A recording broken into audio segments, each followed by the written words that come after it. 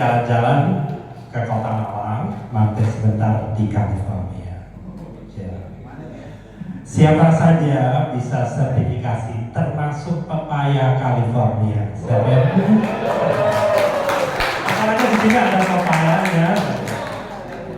Iya Pak Ardo. Baik. Kayaknya satu kantong juga belum cukup ya. Oke, buah pepaya, buah mentimun banyak dijual di pasar rakyat. Jika ingin sukses usaha, pastikan tetapkan dulu targetnya apa. Baik, tadi saya ini diminta sesi 2 bisa ngisi lagi enggak? Sebenarnya kalau enggak tadi saya sudah mau pamit pulang Pak. Ya karena saya coba dedikasikan waktu saya hari ini dulu untuk teman-teman sekalian di sini. Untuk kita silaturahim dan berbagi informasi. Mungkin boleh ditaruh di sini dan yang itu juga taruh dimajukan sedikit. Ya.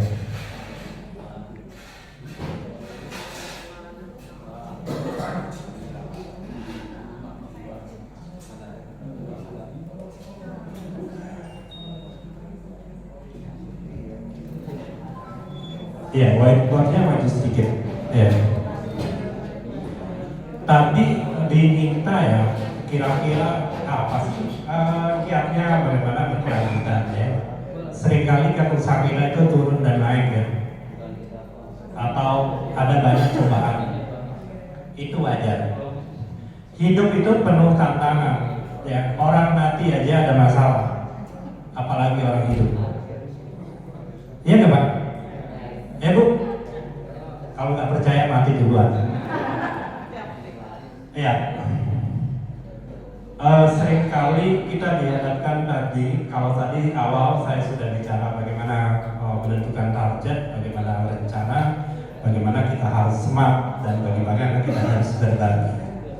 Nah, seringkali usaha yang kita jalankan itu tidak berkembang, apalagi di tingkat petani. Ya. Karena seperti yang Pak Kadi sampaikan tadi, kita punya produk tapi nggak berkelanjutan. Bagaimana mengatur produk itu untuk berkelanjutan? Saya ingin cerita sedikit. Tadi sejak awal saya bicara bahwa di program pertanian terpadu, kalau bahasa latinnya itu integrated farming system, itu basisnya adalah ternak. Semua mengalir ke sini, dari sini mengalir semua ke bagian ini. Ada banyak kan? Jadi mohon maaf, kalau ada petani terus ngeluh, terus gimana kita ini tidak maju-maju karena penghasilannya monokultur. Pertanyaannya harus dilinkkan ke banyak sisi. Apalagi tadi Pak Pamno sudah bilang, ini kita dihadapkan dengan IKN, cepat atau lambat, tapi itu pasti. Dan di tahun 2024 itu rencananya 1,5 juta orang akan datang, ya, bermasuk migrasi ke arah Kalimantan Timur terkait dengan IKN. Jadi itu kita yang harus bersiap diri. Kalau sertifikasinya nggak ada, mohon maaf lahir batin memang. Mau masuk minimarket, mohon maaf, ya, belum standar. Itu yang terjadi. Jadi kita hanya bermain di pasar tradisional terus. Nah, kalau kita mau naik kelas, kita harus sertifikasi. Ya, saya setuju. Mungkin banyak orang memang menganggap awalnya ini kok jadi repot. Ya, kalau kita nggak mau repot, kapan kita bisa naik kelas? Kalau kita nggak bisa menyelesaikan sebuah ujian, kapan kita bisa lebih baik? Lalu tadi saya bicara kelanjutan, saya hanya cerita saja kenapa saya tidak merekomendasikan lahan sawit tadi 1 hektar atau 2 hektar lahan kosong dijadikan lahan sawit. Kenapa? Alasannya karena masa siklus pendapatannya terlalu lama. Kita tambah sekarang nanti 4 tahun paling cepat atau 5 tahun. Saran saya, kalau tanah dan lahannya itu memungkinkan, terutama kepada petani-petani Bapak yang ada di sekitar atau keluarga atau siapapun, tolong bermainnya di tanaman hortikultura.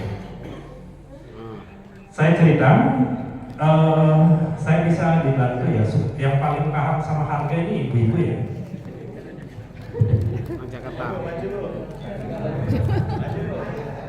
Bu, kalau harga kangkung itu satu, ini kangkung ini Bu, tanaman kangkung. Satu ikat kira-kira berapa ya? 5.000. 5.000, aduh mahal sekali ya. Saya ngambilnya setengah aja deh. 3.000 lah ya. Saya coba diskon di harga 3.000 saja. Di petani 1.000. Kita sepakat dulu pakai angka berapa? 3.000. 3.000. Siap. 3.000. Kenapa saya tadi tidak rekomendasikan Bapak dan Ibu lahan 1 hektar atau 2 hektar tanam sawit? Karena siklusnya terlalu panjang. Karena nanti 4 tahun, 6 tahun kemudian baru 5 tahun kemudian baru panen. Lebih bagus kalau ada lahan bagus tanam kangkung saja. Ini hal yang terkecil. Masa siklusnya maksimal 20 hari. Ya. Siklusnya 20 sampai 22 hari. Ya. Kalau ibu yang di rumah yang biasanya enggak terlalu siap dengan pekerjaan yang berat, tolong lahannya 1 hektar atau setengah hektar tadi buat bedengan. Ya. Buat bedengan, kalau 1 hektar nanti akan menjadi berapa bedengan?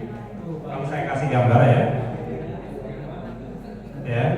Ini dibuat bedeng 1 sampai 30. Supaya ini bisa diperbesar sesuai dengan ketersediaan lahan. Saya hanya bicara dalam volume yang kecil. Nah, pada risetnya, pada saat Bapak dan Ibu petani kita riset, kira-kira kebutuhan kangkung itu di pasaran yang lokal untuk hariannya kira-kira ada berapa? Misal, oh ya 100 kangkung, 100 ikat. Ya Ibu ya, 100 ikat. 100 ikat kira-kira itu menghabiskan dengan jarak tanam sekian, menghabiskan berapa bedeng? Cukup 1 bedeng. Ya. Karena kita tadi punya 30, ya. Ibu tanamnya hari pertama adalah bedeng pertama. Sistem taburnya. Hari kedua di bedeng kedua, hari ketiga bedeng ketiga sampai ke bedeng 30. Pada siklus 22 hari, Ibu panen ini hari pertama, ini hari kedua, hari ketiga, dalam 30 hari Ibu akan panen terus. Itu untuk menjaga keberlanjutan. Ini bisa diterapkan kepada tanaman jenis lain. Nah, bayangin kalau 4 tahun yang kita uji coba, 4 tahun ini sama dengan berapa hari? 4 kali 365. Bisa dibantu? Kalkulator. 4 kali 365. Berapa? 1.400. 1.420. 420.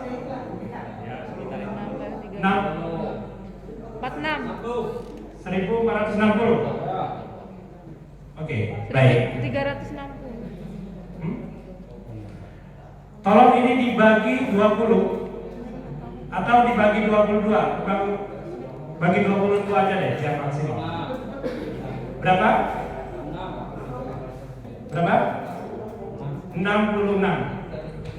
Artinya menunggu sawit panen, menunggu sawitnya tadi panen. Kalau Bapak Ibu bisa sudah 66 kali panen dengan siklus hanya tanam kamu. Ya, kemudian tadi kan kita sudah survei potensi pasarnya 1 hari 100 ikat kali 3.000. 100 kali 3 berapa? 300.000 kali 30 ya, ada enggak nyangka hanya sekedar penghasilan anak kangkung itu 9 juta, modalnya tidak lebih dari 3 juta rupiah, tidak lebih. Nah, kadang-kadang kita usaha seperti ini itu kita tidak berhitung dalam sisi ekonominya. Lalu kita juga tidak berhitung sisi keberlanjutannya. Kalau kita mau panen kangkung setiap hari, kita hanya puasanya 21 hari. Berikutnya kita akan panen setiap hari. Lalu teman-teman juga tahu siklus tanaman cabai itu berapa lama? 4 bulan. Ada yang 100 hari, 20. Tergantung Mana? varietas. 20 hari. 120 hari. Itu Bapak bisa bagi menjadi Hanya 4 bulan itu hanya harinya. bisa bagi menjadi 4 atau 5 siklus sekaligus. Ya. Jadi setiap belum selesai panen, Bapak sudah punya lagi. Itu untuk menjaga aspek keberlanjutan pasar. Jadi jangan buat lahannya ada 2 hektar, semuanya cabai 2 hektar. Begitu Ibu Bapak selesai, kita tidak punya keberlanjutan. Itu harus dijaga.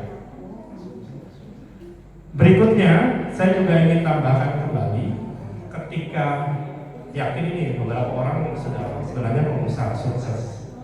Nah tadi, ketika sudah sukses dengan ternaknya salah satu usaha, bisa apa saja ini Bapak Ibu, harus masuk lagi ke usaha yang lain yang dibangun mata rantainya.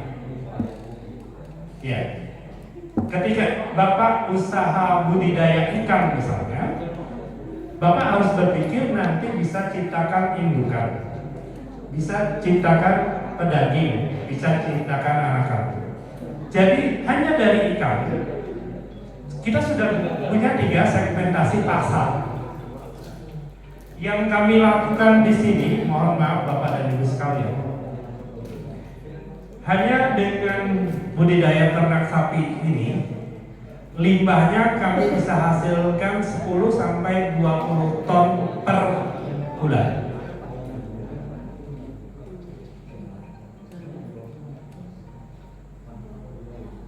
Dengan 20 ton kami jualnya itu kurang lebih mohon maaf 2.500 per kilo.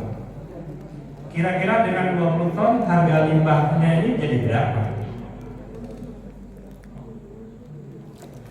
Kebayang nggak? Bayang. Ya. Dari limbahnya kami bisa proses. Nah tadi memang teman-teman cerita, nggak bisa dong kalau bicara organik hanya satu jenis, harus ada bahan penolong lainnya.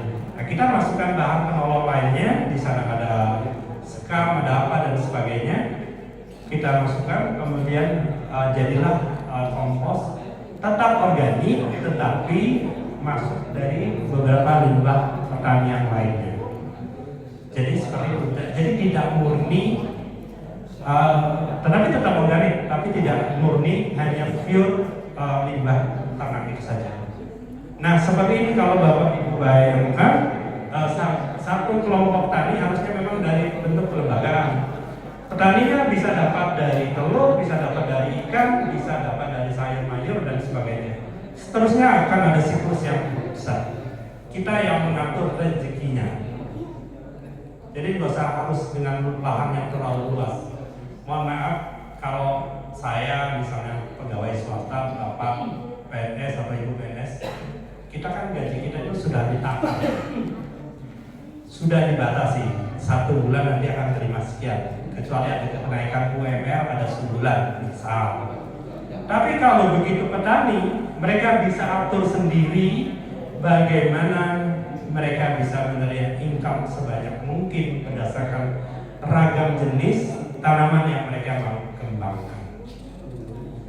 Tetapi untuk bisa jadi seperti ini, tidak mesti dengan berpikiran saya kok nggak bisa, dan tidak bisa juga dilakukan tanpa ilmunya. Ya, menjalankan sebuah konsep usaha tertentu setidaknya harus ada ilmunya dulu. Jadi jangan kita masuk aja gitu ke sebuah terowongan, tapi kita nggak tahu ada apa di terowongan itu, ada apa di jalur itu. Ya.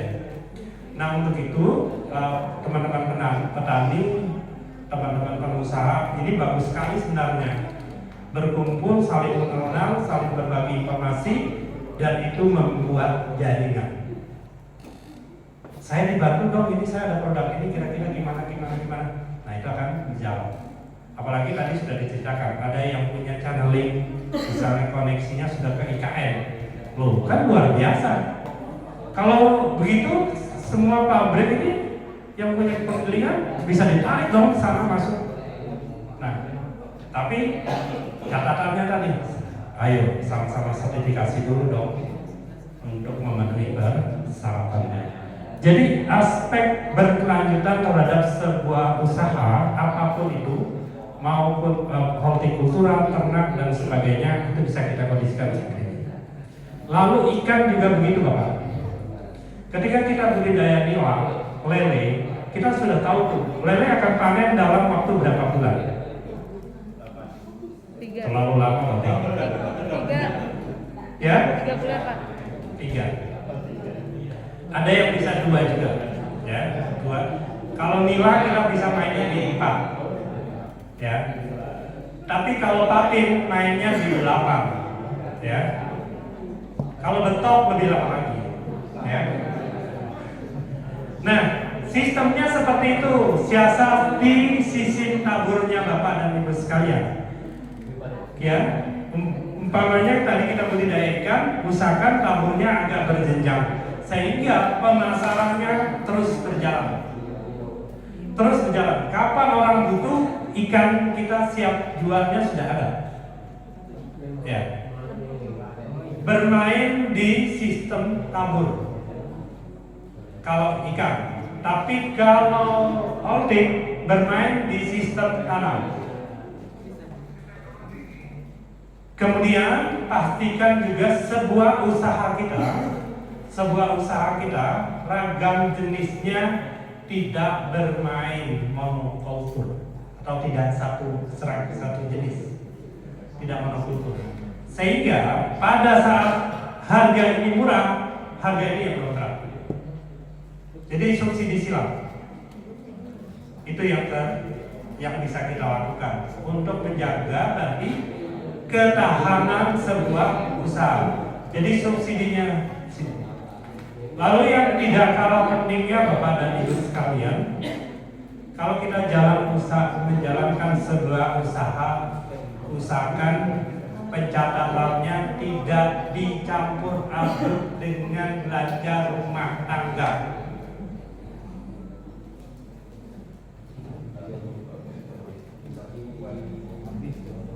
Kalau dicampur, maka di sana nanti Bapak Ibu nggak bisa kontrol usaha saya ini untung atau rugi atau jalan di tempat. Bedakan mana siklus pembukuan dari sebuah unit usaha kita. Pengeluarannya jangan diambil dicampur dengan pengeluaran rumah tangga. Kalau maupun diambil pencatatannya jelas dari sumber ini. Tapi kan kita terlalu baik ya. Mana usaha keluarga itu biasa terlalu baik. Ya, nggak ada di kantong kiri, ambil kantong kanan. Iya kan? Dicatat, sudah mau catat, bikin pusing. Pada saat itu kondisi yang memungkinkan Bapak tidak bisa mengevaluasi usaha Bapak itu ada kenaikan atau tidak. Karena tidak terukur antara pemasukan dan pengeluarannya. Jangan-jangan bukan beli belanja modal, ya, iya kan? Tapi untuk yang lain. Nah, dan satu lagi tadi saya sampaikan, ini mengingatkan kembali masih ada waktu ya, sampai kita nunggu bus dalam perjalanan. Seringkali kita terpaku kepada bahwa hanya kita yang berusaha. Nah itu saya ulang lagi. Sebenarnya kita bisa berbagi dengan orang lain. Tapi yang terjadi di dalam usaha kita yang kita jalankan di sebuah rumah tangga, mohon maaf, kalau ada yang pas saya tidak menyinggung, mungkin itu kebetulan. Kalau nggak ada ya nggak apa-apa, mungkin di daerah sana. Ya.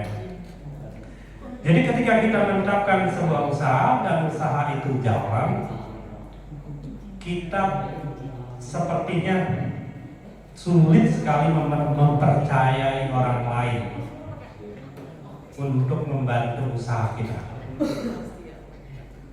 Sekarang kayak kurang jujur deh, kayaknya nanti disimpangkan dan sebagainya.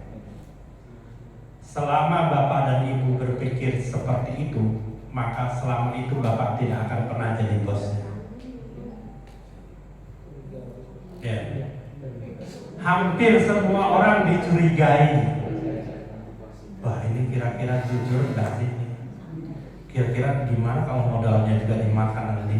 Dari pikiran kita banyak betul, dan itu nggak produktif.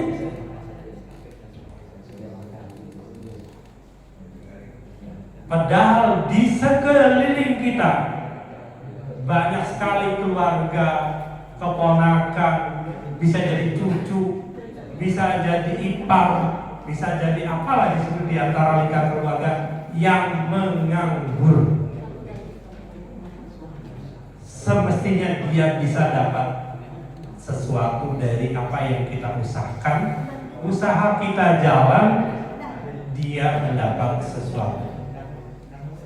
Nah, ada lagi strategi yang perlu saya juga berbagi ya, mumpung kita ketemu. Seringkali yang teman-teman punya usaha terbatas atau baru naik gitu, kalau ini untungnya saya bagi, kayaknya saya nggak bisa besar. Itu salah besar. Ya, semakin kita berbagi, kebaikan itu akan terus bertumbuh. Ya, saya bisa buktikan begini hitung-hitungannya. Boleh saya kasih hitung-hitungan sedikit?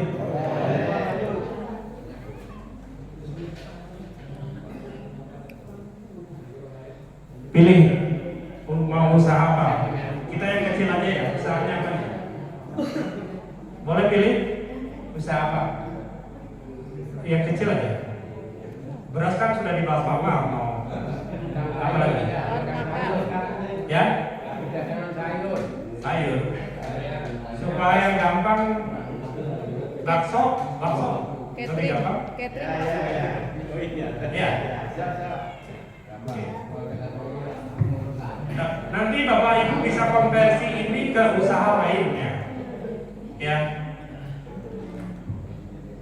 Kita mulai usaha ini, kira-kira kalau usaha bakso atau usaha pentol, kalau kita kelola sendiri, kira-kira butuh modal berapa nih?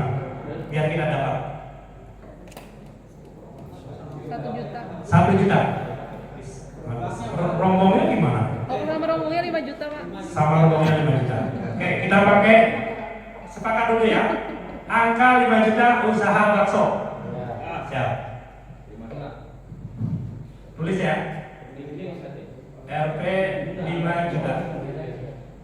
Ini rombong plus bahan ya. Kira-kira bisa jadi bahan berapa banyak ya ini? Berapa pentol? Berapa mangkok kita bisa jual? Kalau dengan 5 juta? Paling tidak itu 3 kilo bahan adonan, Pak, bakso. Iya, berapa mangkok deh? Jadinya berapa mangkok aja? Supaya yang lain tak bingung ngeramunya. 100 mangkok? Bisa lebih ya? Lebih? Bisa lebih. Berapa? 150-an. 150. Saya harus ambil konsensus. Sepakat dengan 150 kira-kira? Oke. Supaya ada angkanya.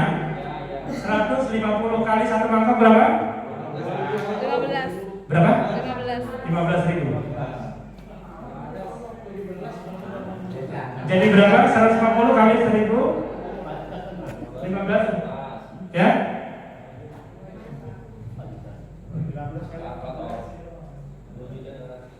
Berapa? 2 juta? 2 juta 200. Kita uji nih. Ini 5 juta nih. 5 juta dibagi 2.250 berapa? Bagaimana? Iya benar. Kita bagi aja dulu. 2,2 Pak. 2,2. 2,2. Artinya Bapak dan Ibu nanti akan balik semua modal 5 juta ini. Ya, ini kan belum dikali nih. Ini kali berapa tadi? Baru kalau kali 30. Ini kan tadi 50 kali 15.000 2.15. Baru ini kan jualannya berapa hari nih? 150 ini. Ini kan masih dikali 30. Iya kan? Iya. Coba kali ini.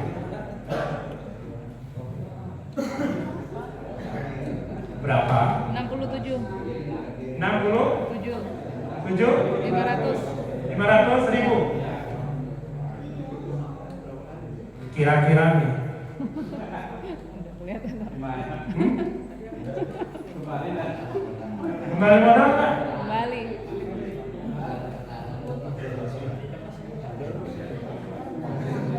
Baru usaha bakso.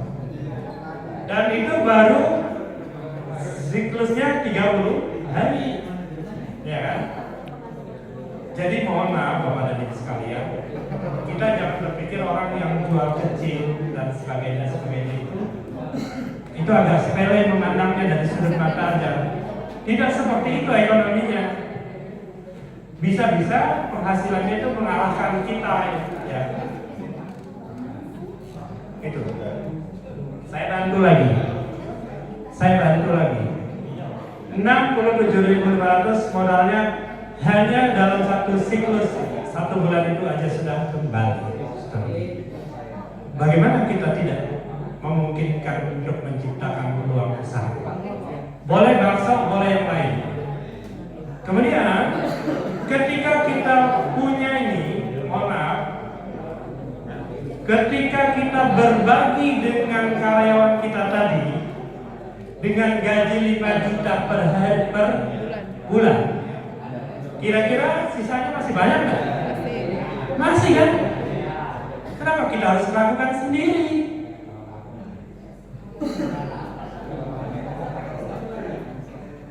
Kalau nggak mau terlalu ekstrim Bapak Ibu sekalian, oh iya kalau 150 porsi kebanyakan, oke kita main di 100 porsi.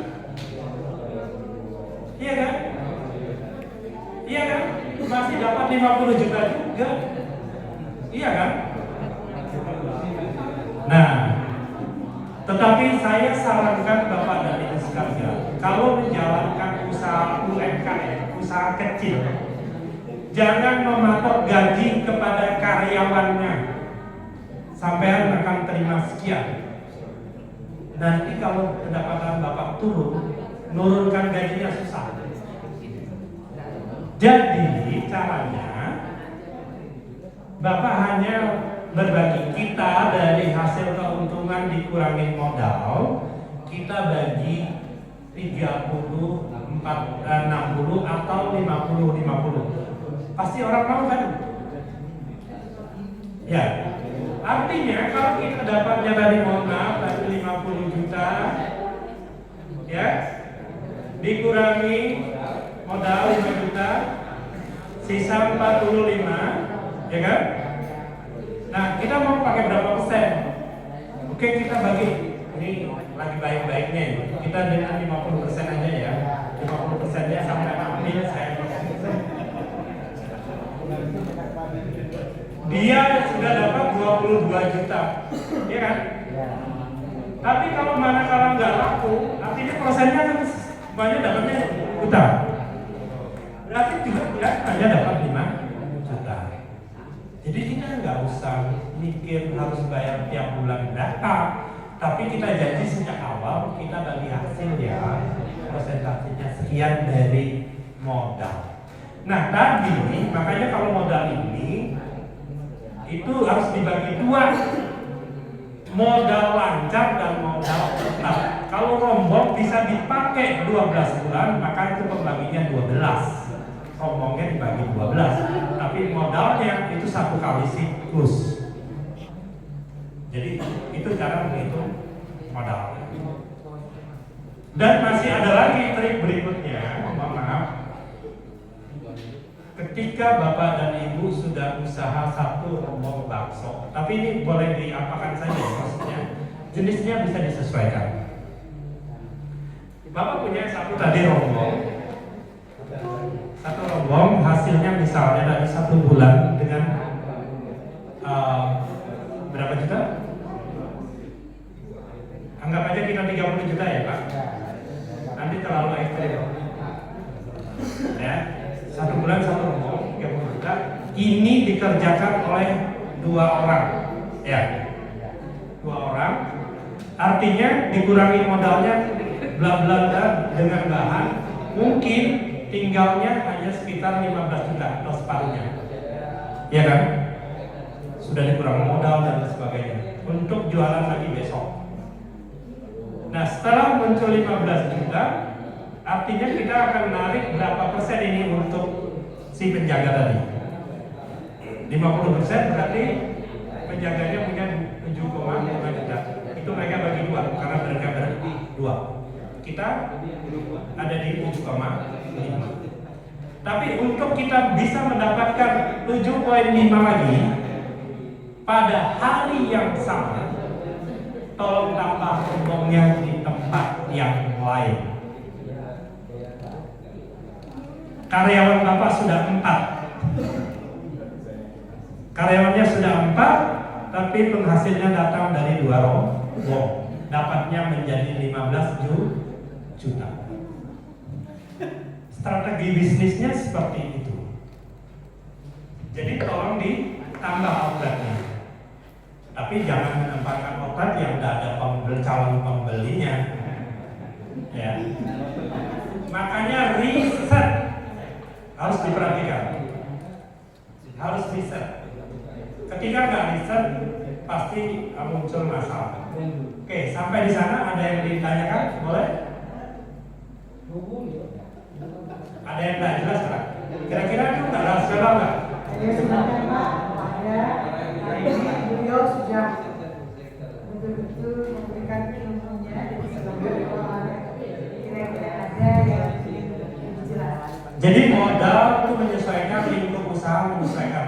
Tapi saran saya tolong diperbanyak. Ini nggak laku tapi ini laku. Tapi jangan dikerjakan sendiri. Tapi untuk yang awal tolong kerjakan sendiri. Untuk 1 bulan sampai 3 bulan pertama, tolong jalani sendiri siklusnya.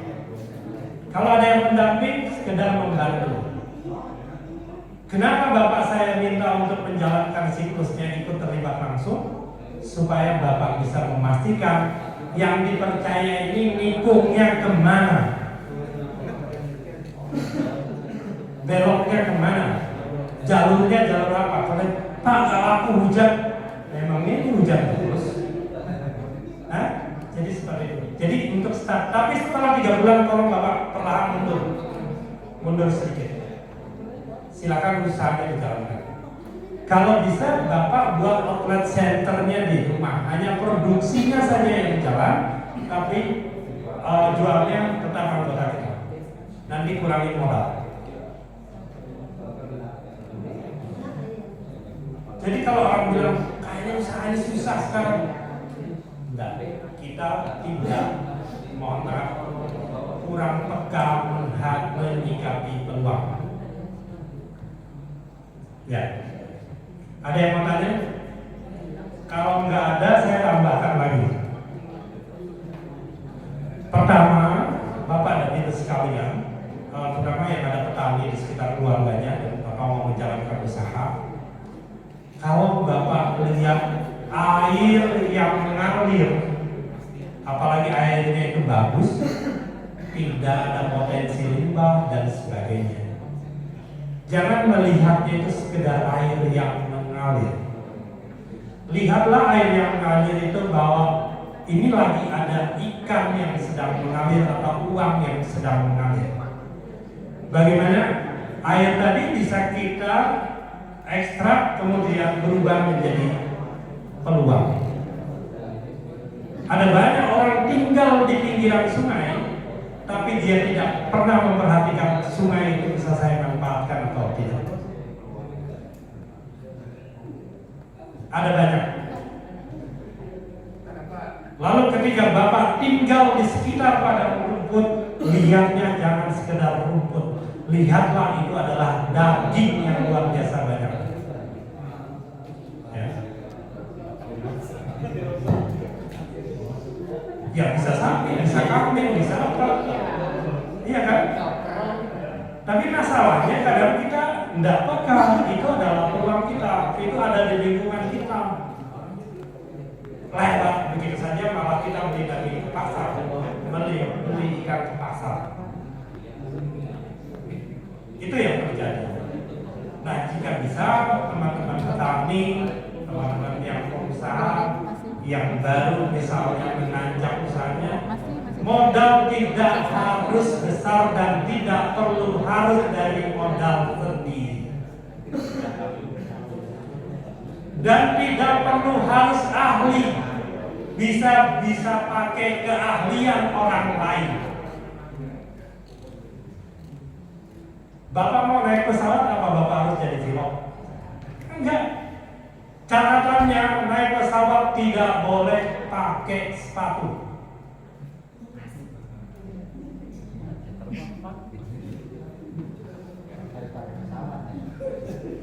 Ya? Mau naik pesawat harus beli tiket. Tidak boleh. Ya.